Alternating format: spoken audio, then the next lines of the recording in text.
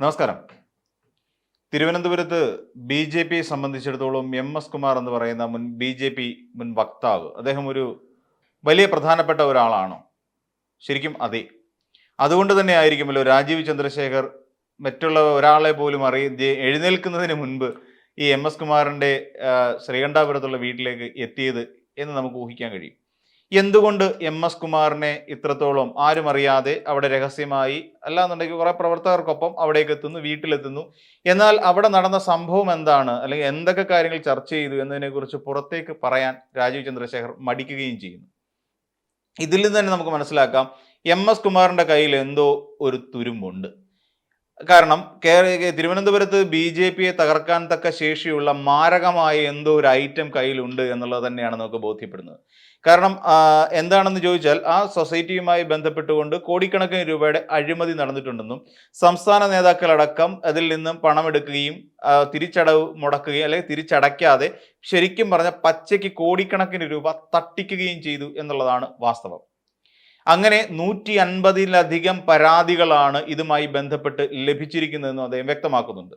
എന്നാൽ മുതിർന്ന പല നേതാക്കളുടെയും പേരുകൾ അദ്ദേഹം ഇതുവരെ വെളിപ്പെടുത്തിയിട്ടില്ല. ആ പേരുകൾ വെളിപ്പെടുത്തി കഴിഞ്ഞാൽ ഒരുപക്ഷെ തിരുവനന്തപുരത്ത് ബി ജെ പി, അതായത് നഗരസഭയുടെ ഭരണം പ്രതീക്ഷിച്ച് ഭരണം പിടിച്ചെടുക്കാൻ ശ്രമിക്കുന്ന ബി ജെ പിക്ക് കനത്ത തിരിച്ചടിയായി മാറുമെന്നുള്ള കാര്യം 100% ഉറപ്പാണ്. അതായത് സഹകരണ സ്ഥാപനങ്ങൾ, ബി ജെ പി ഭരിക്കുന്ന സഹകരണ സ്ഥാപനങ്ങളിൽ വ്യാപകമായ ക്രമക്കേടും അഴിമതിയും നടക്കുന്നുണ്ട് എന്നുള്ളതിൻ്റെ പച്ചയായ ഞെട്ടിപ്പിക്കുന്ന യാഥാർത്ഥ്യമാണ് അത്. അതുകൊണ്ട് തന്നെയാണ് മറ്റാരെയും അറിയിക്കാതെ രാജീവ് ചന്ദ്രശേഖർ എസ് കുമാറിന്റെ വീട്ടിലെത്തിയത്. എന്നാൽ രാജീവ് ചന്ദ്രശേഖർ എടുത്ത നയം എന്താണ്? രാജീവ് ചന്ദ്രശേഖർ അതൊരു സൗഹൃദ സന്ദർശനം, അതായത് സാധാരണഗതിയിൽ ഒരു വോട്ടറെ കാണുന്നത് പോലെ അവിടേക്ക് വീട്ടിലേക്ക് എത്തി എന്നതിനപ്പുറത്തേക്ക് യാതൊരു പ്രാധാന്യവും ഇല്ല എന്നാണ് പറയുന്നത്. അതായത് 101 വാർഡിലും ഞാൻ പോകുന്നുണ്ട്, ഇടയ്ക്ക് മാധ്യമപ്രവർത്തകരോട് വേണമെങ്കിൽ ഞാൻ നിങ്ങളുടെ അടുത്തേക്കും വരാം. അപ്പോൾ വെറുതെ ഒരു സാധാ വോട്ടർമാരെ കാണുന്ന പോലെ തന്നെയാണ് എസ് കുമാറിന്റെ വീട്ടിലേക്ക് അദ്ദേഹം എത്തിയത്.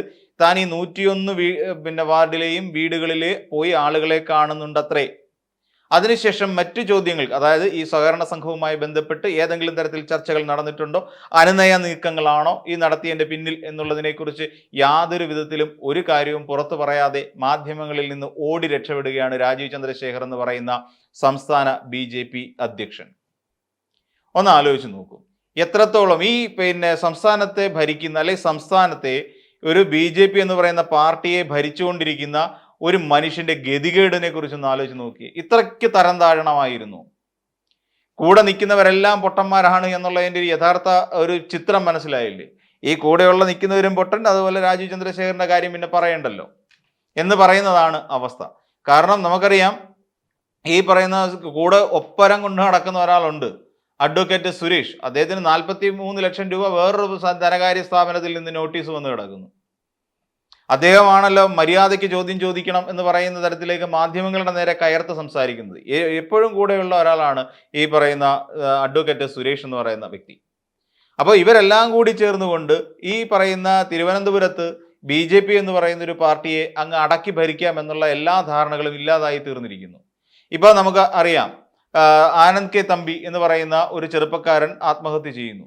ആത്മഹത്യ ചെയ്തതിൻ്റെ കാര്യം തൃക്കണ്ണാപുരത്ത് ഒരു ഒരു മണൽ മാഫിയക്കാരനായ ഒരാളെ സ്ഥാനാർത്ഥിയായി നിർണയിച്ചു. ആ സ്ഥാനാർത്ഥിയായി നിർണയിച്ചതിൽ മനംതൊന്ന് അദ്ദേഹം വേറൊരു, അല്ലെങ്കിൽ ഒരു ബദൽ എന്നുള്ള നിലയിൽ, റിബൽ സ്ഥാനാർത്ഥി എന്നുള്ള നിലയിലേക്ക് മത്സരിക്കാൻ തീരുമാനിച്ചപ്പോൾ അദ്ദേഹത്തെ ഭീഷണിപ്പെടുത്തുന്നു, ജീവിക്കാൻ അനുവദിക്കില്ല. ബി ജെ പിക്കാരുടെ കയ്യിലാണല്ലോ ഈ നാട്ടിൻ്റെ ലോ ആൻഡ് ഓർഡർ കംപ്ലീറ്റ് ഇരിക്കുന്നത്. അങ്ങനെ ഒടുവിൽ മനം മടുത്തിട്ട് കുഞ്ഞുങ്ങളെ ഉപേക്ഷിച്ച്, ഭാര്യയെ ഉപേക്ഷിച്ച് ആ മനുഷ്യന് ആത്മാഹുതി ചെയ്യേണ്ടി വരുന്നു. വളരെ ചെറിയ പ്രായത്തിലുള്ള ഒരാൾ. അപ്പോൾ പറഞ്ഞു വരുത്തി, ഇത് ഞങ്ങളുടെ ആളെയല്ല, ഞങ്ങളുടെ ബി ജെ പിയുമായി യാതൊരു ബന്ധവുമില്ല, RSSുമായി യാതൊരു ബന്ധവുമില്ല എന്ന് പറഞ്ഞു പരത്തുന്നു. ഒടുവിൽ ശിവസേനക്കാരനാക്കുന്നു. എന്തൊക്കെ നാറിയ നാണം കെട്ട നാടകങ്ങളാണ് ഈ ബി ജെ പി കാണിച്ചു കൂട്ടിയത്? ഒന്ന് ആലോചിച്ച് നോക്കൂ. ഏതെങ്കിലും ഒരു പ്രവർത്തകനോട് എന്തിന് കോൺഗ്രസ് പാർട്ടി പോലും ചെയ്യാത്ത നെറികേടാണ് കാണിച്ചത്. തിരുമല അനിൽ എന്ന് പറയുന്ന അവിടുത്തെ വാർഡ് കൗൺസിലറോട് കാണിച്ചതും അതേ നെറികേട് തന്നെയാണ്. ആ മനുഷ്യനെ ഒറ്റപ്പെടുത്തി ജീവിക്കുക എന്ന് വെച്ചാൽ എല്ലാ പാപഭാരവും തൻ്റെ തലയിലേക്ക് വന്ന് വീഴുമോ എന്ന ഭയന്നിട്ട് അദ്ദേഹം ആത്മഹത്യ ചെയ്തു. ഇതേപോലെ തന്നെ കുടുംബസ്ഥനായി ജീവിച്ചുകൊണ്ടിരുന്ന ഒരു മനുഷ്യനാണ്. ഈ തിരുമല അനിൽ. അങ്ങനെ പച്ചയ്ക്ക് പറഞ്ഞാൽ 3 മരണങ്ങളുടെ ഉത്തരവാദിയായി മാറിയിരിക്കുകയാണ് BJP എന്ന് പറയുന്നൊരു പാർട്ടി. അതിനിടയ്ക്കാണ് കൂനിന്മേൽ കുരു എന്ന പോലെ MS കുമാറിന്റെ ഇത്തരത്തിലുള്ള വെളിപ്പെടുത്തലുകളും പ്രതിസന്ധിയിലേക്ക് തന്നെയാണ് കൊണ്ടെത്തിക്കുന്നത്. എന്നിട്ട് പറയുകയാണ് 45 ദിവസം ഞങ്ങൾക്ക് സമയം തന്നാൽ, അതായത് 45 ഞങ്ങൾ അധികാരത്തിൽ കയറി 45 ദിവസത്തിനകം ഞങ്ങൾ ഇവിടെ തേനും പാലും ഒഴുക്കുമെന്നാണ് പറയുന്നത് നഗരസഭയിൽ. പ്രധാനമന്ത്രി VV രാജേഷ് എന്ന് പറയുന്ന ഒരു മഹാൻ അവിടെ നിന്ന് അത്യുച്ചത്തിൽ വിളിച്ചു പറയുന്നത് കേട്ടു. 45 ദിവസത്തിനകത്ത് പ്രധാനമന്ത്രി നരേന്ദ്രമോദി ഇവിടെ എത്തി, ഇവിടെ വന്നിട്ട് പദ്ധതി പ്രഖ്യാപനം നടത്തും അത്രേ. ഈ ബ്ലണ്ടറും ബെഡായിയൊക്കെ നമ്മൾ കുറെ കാലം കൊണ്ട് കേൾക്കുന്നതല്ലേ. അപ്പോൾ അതായത് ഏതെങ്കിലും ഒരു സ്ഥലത്തിന് അല്ലെങ്കിൽ ഏതെങ്കിലും ഒരു നാടിന് ഗുണം കിട്ടണമെങ്കിൽ BJP അധികാരത്തിൽ വന്നാലേ കഴിയൂ എന്നുള്ളതാണോ നിലപാട്? അപ്പൊ എന്ത് ഫെഡറൽ സംവിധാനം ഈ നാട്ടിൽ? അതുപോട്ടെ, ഇനിയും BJP ഭരിക്കുന്ന സംസ്ഥാനങ്ങളിലേക്ക് നോക്കിയാലോ, അവിടെ ഈ പറയുന്ന എല്ലായിടത്തും തേനും പാലും ഒഴുകിക്കൊണ്ടിരിക്കുകയായിരുന്നോ? അല്ല. അവിടങ്ങളിലുള്ള ഇപ്പൊ തിരുവനന്തപുരം എന്ന് പറഞ്ഞാൽ അത്യാവശ്യം കുഴപ്പമില്ലാത്ത 0 എമിഷൻ സിറ്റിയാണ്, നഗരമാണ്. ആ നഗരപ്രാന്തത്തിൽ താമസിക്കുന്നവരും അവിടുത്തെ അതായത് പഞ്ചായത്തുകളിൽ താമസിക്കുന്നവരും വലിയ പ്രതിസന്ധി ഇല്ലാതെ കടന്നുകൂടി പോകുന്ന ആൾക്കാർ തന്നെയാണ്. എന്നാൽ ഇതിലും എത്രയോ ഗതികെട്ട അവസ്ഥയിലാണ് BJP സംസ്ഥാനം ഭരിക്കുന്ന പല സ്ഥലങ്ങളും. എത്രയോ ഗതികെട്ട അവസ്ഥയിൽ പറയാതിരിക്കാൻ കഴിയില്ല. അത് ഓരോ തെരഞ്ഞെടുപ്പ് വരുമ്പോഴും അവിടങ്ങളിലുള്ള മാധ്യമപ്രവർത്തകർ ഓരോ റിപ്പോർട്ടുകൾ എടുത്ത് ഇങ്ങോട്ട് അയക്കുമ്പോഴാണ് നമുക്ക് മനസ്സിലാക്കാൻ കഴിയുന്നത്, കേരളത്തിൽ ജീവിക്കുന്നതൊക്കെ എത്ര മനോഹരമായ ജീവിതമാണ് എന്ന്. അപ്പോൾ BJP ഇവിടെ വന്നു കഴിഞ്ഞാൽ ഇത്രയും തേനും പാലും ഒഴുക്കോ എന്നൊക്കെ പറയുന്ന ഒരു കാര്യത്തെ വിശ്വസിക്കാൻ പോലും കഴിയില്ല. പിന്നെ VV രാജേഷ് പറയുന്നത് കേട്ട് കഴിഞ്ഞാൽ തോന്നും ഇവിടെ BJP ഇതെല്ലാം ഉണ്ടാക്കിക്കൊണ്ട് വരണം. അതായത് ടെക്നോ പാർക്ക് ആണെങ്കിലും അല്ലാന്നുണ്ടെങ്കിൽ ഇവിടുത്തെ ക്ഷേത്രങ്ങളാണെങ്കിലും അതല്ലെങ്കിൽ പള്ളികളാണെങ്കിലും അതോടൊപ്പം തന്നെ നമ്മുടെ ആശുപത്രികളൊക്കെ എന്തോ BJPയുടെ സംഭാവനയായിട്ട് കണ്ടിട്ടാണ് പറയുന്നത്. ഇതൊക്കെ കൂടെ കൂട്ടിച്ചേർത്തുകൊണ്ട് ഒരു വലിയ പദ്ധതി വിഭാവനം ചെയ്യുന്നു എന്നൊക്കെ പറയുന്നത്.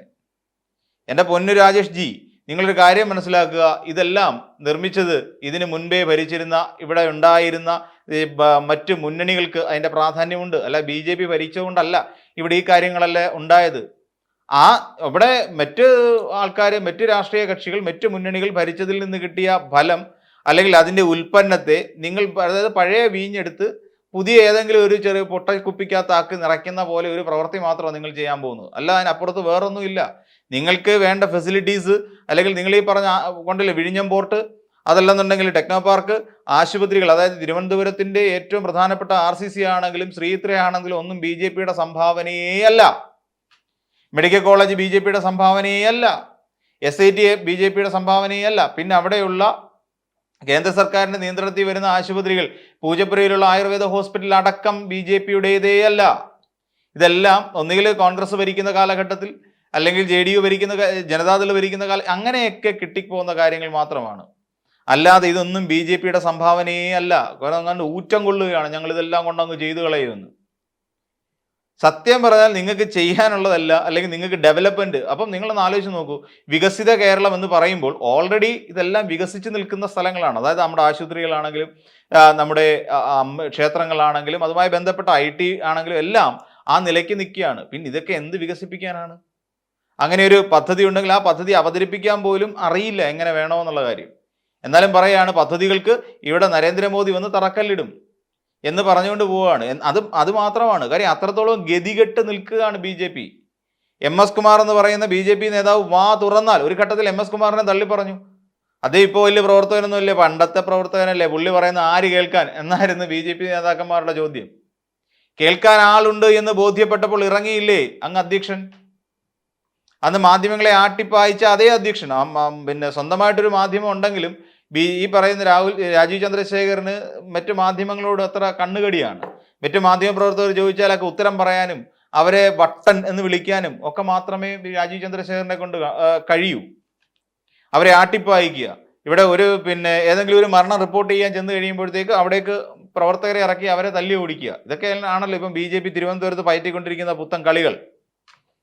അപ്പം അങ്ങനെയുള്ള കൊലയ്ക്ക് കൊടുക്കുക, ഈ വെട്ടിപ്പിന് കൂട്ടു നിൽക്കുക, എന്നിട്ട് ഏറ്റവും ഒടുവിൽ ആ വെട്ടിപ്പ് പുറത്ത് പറയുമെന്നാകുമ്പോൾ അവരുടെ കാല് തിരുമാൻ വേണ്ടി അനുനയ ചർച്ച എന്ന് പറഞ്ഞിട്ട് പോവുക.